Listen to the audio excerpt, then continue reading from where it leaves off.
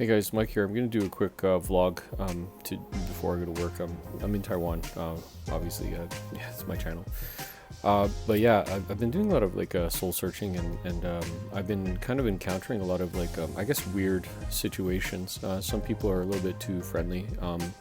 Some people are not friendly enough, I think, and I think that maybe I'm getting a little bit of a culture shock, even being here for 11 years about Taiwan.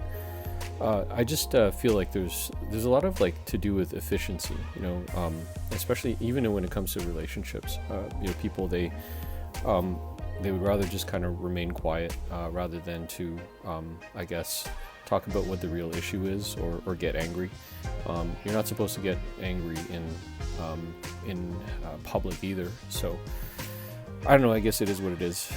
But I feel I've met, or kind of vicariously through the internet or whatnot, encountered some situations where people who were teaching English, who were here, and they had kind of the worst time of their life, and then some of the older people who've been here and they have kind of the best time of their life. I guess that's the last memory that they have of being in Taiwan, right? Or the latest memory anyway. And I just want to talk about the first one. I could see why, because when I came to Taiwan, I guess I met a bunch of foreigners for my job and whatnot, and I don't want to say that I was close to them because I don't really know any of them anymore. They just kind of all dropped off, and some people I stopped messaging them, or vice versa. I actually had I guess a quote unquote friend that he said I don't listen to sound bites. I don't listen to voice notes, so you must text me or whatever. And I'm thinking to myself, what kind of a king you think that you are? But he was just I just deleted him. I feel like I don't have time these days to kind of go through some people's problems or their complexes about their life. So if people, they just get too weird, or if they just get too difficult, then I just cut them off. So I don't know, I just kept, a long time ago, I guess, somebody told me I'm getting too old for this crap, and I don't know if that's going to translate very well, but, people, they're gonna try to trick you, or not trick you exactly, but to kind of get into the world and follow their nonsense. I met this lady a long time ago, and she was decently good looking, but she kept complaining about how there's no guys to date in Taiwan. The guy that she was dating or wanted to date was bald. He had his own business, but his business was a pork steak or a sandwich shop over in the night market, and he did have his own business, yeah, and he's working independently, but it's not the exact thing that she wants. So what I'm trying to say is that she was trying to kind of get me to feel sorry for her and try to get me to say that she deserves more and blah blah blah, and meanwhile in the back of my mind I'm thinking you don't deserve anything, you deserve less than nothing.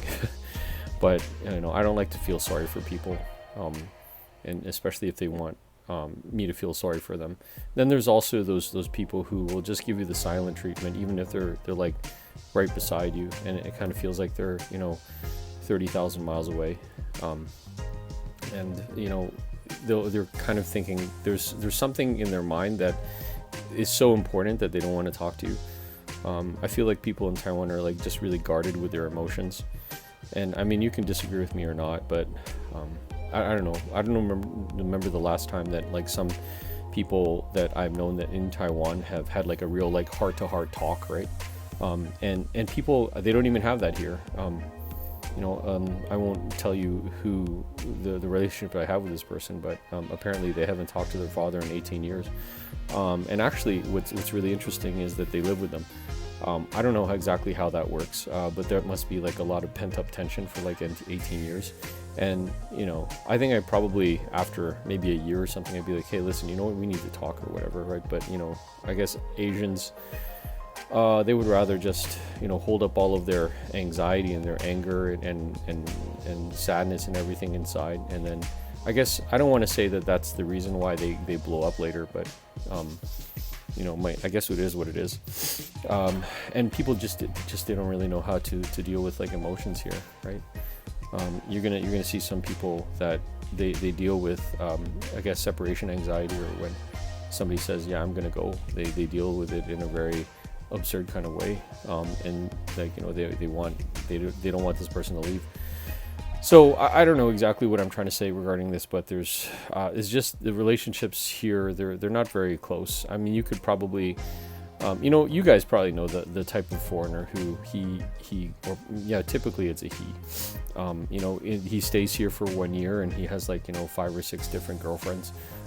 It's like for him, swapping out, you know, different ladies or whatever for another girlfriend is not really a big deal. And I guess for the ladies that he's dealing with, maybe they didn't really take him seriously, and you know, or they just thought, okay, well, it's just another foreigner guy, so I could just swap him out for somebody else too. And I just feel that, you know, disposable is kind of like the theme of people is, you know, if I don't have a good relationship with you, or if you don't like me or whatever, then who cares? I'll just find somebody else. I'll just swipe.